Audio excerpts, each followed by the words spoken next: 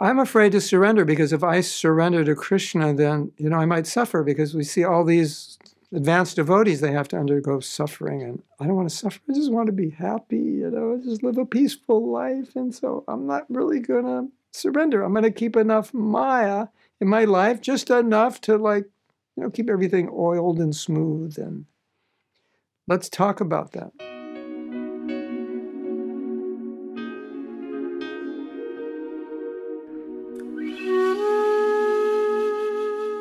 It's interesting because Bhaktivinoda Thakur says that some of his happiest times or greatest moments were in suffering, that he had the honor of undergoing austerity for Krishna.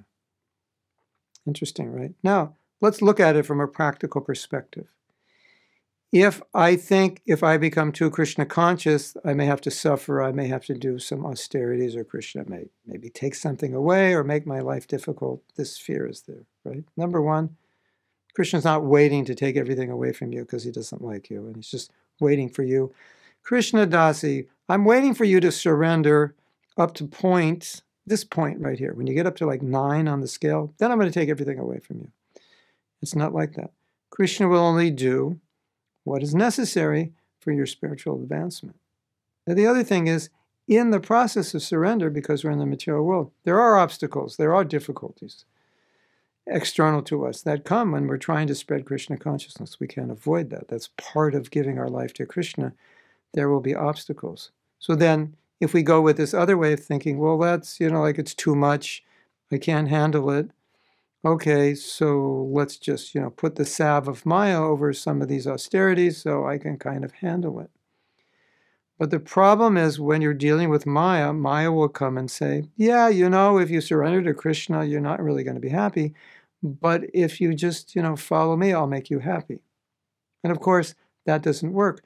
So when we're looking at devotional service from this point of, if I do devotional service, I won't be happy. If I surrender, I won't be happy. If I do austerity, I won't be happy.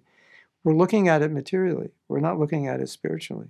And if you're looking at it materially, how can you advance? Because if you look at it materially, you'll be afraid of surrender. You'll be thinking this surrender is going to cause me problems. It's not true. Obviously, not being Krishna conscious is the cause of all our problems. It's the cause of birth and death. So if I do a little austerity, a little suffering, so that I can go back to Godhead, then ultimately that's a lot less suffering than taking birth again in 9 months in the womb and growing up and going to school and becoming a teenager, and that whole nightmare we've already lived through. So Maya is trying to tell us that austerity and that surrender, and what to speak of Krishna making you suffer if you surrender, you're not going to be able to handle it. You don't want to do this. You just want to stick with me. And you can have a little Krishna consciousness, just put it over there, just enough to keep you going, keep you happy, but not too much, because too much, it's not going to be good. And you need to hang with me, and we'll do some good stuff together, and then you'll be fine. That's Maya speaking. And again, I just want to make this point. It's just so important. If we're looking at Krishna consciousness through material lenses, then we're basing our Krishna consciousness on fear of, oh, if I do this, it's going to be difficult, or I can't handle it, or I won't be happy, or Krishna will take something away from me. You don't want to look at Krishna consciousness through the eyes of fear. It's a material eye, and you can't see Krishna consciousness through those eyes, and that's what creates all the problems. So we have to see it through the vision that Prabhupada has given us, not through our own fears.